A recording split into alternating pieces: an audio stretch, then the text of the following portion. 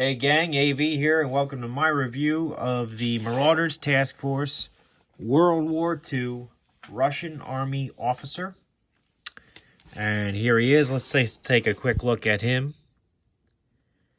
He is the first Russian figure I have reviewed. He's also the only Russian figure I got in my Kickstarter. I plan on getting more now that I have one in hand, but I just needed a leader for my Indiana Jones Russians figures, but I really like the design of these, and I'm going to be getting more. Very cool.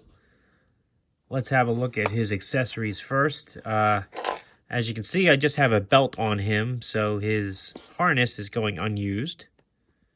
This is his harness. Unlike the other figures, like the US and the Germans that I've reviewed so far, he only has accessory anchor points on his belt, nothing on the straps. Both the US and the German figures had anchor points on the straps as well, but not this guy. So that's his harness. He also has this sash, or bandolier, I suppose you could call it. There are no anchor points on it, no discernible pockets or anything either. Not quite sure how this is meant to be worn, but there it is. He has an entrenching tool, or shovel, with some very nice detail on it, painted and sculpted. He has a helmet, his Russian helmet, with two hang-down straps.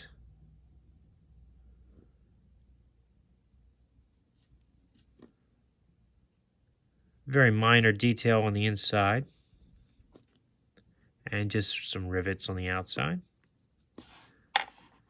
He has his backpack, and on the backpack there are two anchor points, which I have other accessories like this pouch.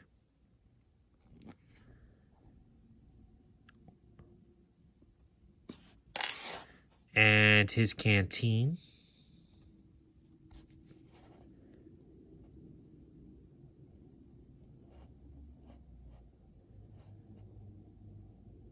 Very cool.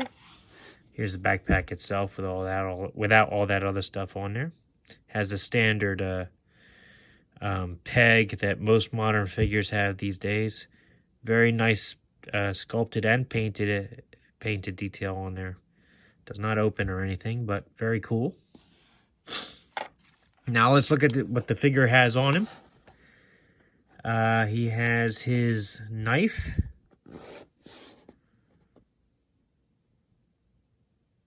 And sheath. The knife fits in the sheath very nicely. Some nice painted detail on it. Fits in the sheath very well. Does not come loose. Very snug in there, and yet it's still easily removed.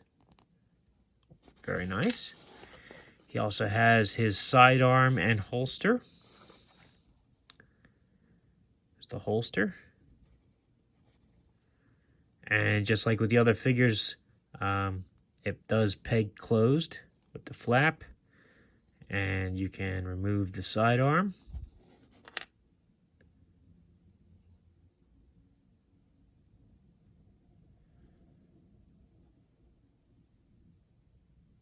Very cool. Whoops. Glad that didn't go on the floor. That would have been bad. I will say this pegs closed a little easier than the other ones do. Pretty good. All right, he also has a base, just like the other figures in this line. Very cool. And last but not least, he has a hat with a red star on it. Oops. It's of a little bit softer plastic, so it does conform to his head like a hat would. Very cool. Fits on there pretty well, too. Very cool. All right, let's get him back on his base, and we'll do some size comparisons now. Oh, wait, no, I'm getting ahead of myself. Let's do articulation. His head's on a ball joint, does a full 360. He can tilt from side to side like so. Look down, not so much, and up even less. So his arms are, they would go 360 unhindered, but they are hindered by his what you call them, the lapel things, I don't know, by the molded detail on his shirt. You have to angle his arm out a little bit, but you can get it up there, but it is hindered. They are hinged, so they go out. Again, his elbows are hindered by the molded elbow, but they can still spin, and they go about 90 degrees. His wrists go 360, and like the other figures, they are hinged. So you can get some motion out of there, but they are hindered by the sleeves a little bit. And that is just a tight hinge to begin with on these figures. His waist is a ball joint, so it gets a decent amount of motion there. It's also where you pop them apart to get his belt and his harness on. His legs can do the splits about that far.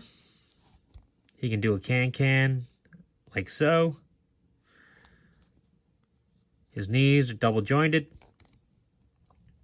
and can bend his heel back about that far, which is pretty good.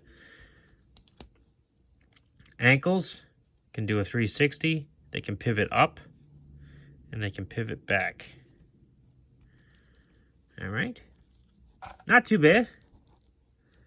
A little less articulation, but not too bad. Same articulation, a little less range, I should say. Still, looks very cool. I'm happy with him. Here he is next to General Patton from some toy line way back when. Here he is next to an Indiana Jones era German soldier. He is noticeably taller than him, and that does kind of concern me. I actually have to check to see how close he is to the Indiana Jones Russian soldiers, to see if he towers over them as well. Let's see. Here he is next to a modern era G.I. Joe. Here he is next to the Golden Age version of Captain America from the Marvel Universe line. Here he is next to the Matt Smith Doctor who is by far the shortest figure that I've done these comparisons with. And that's a shame. So I guess the Doctor ain't going to be visiting Russia anytime soon.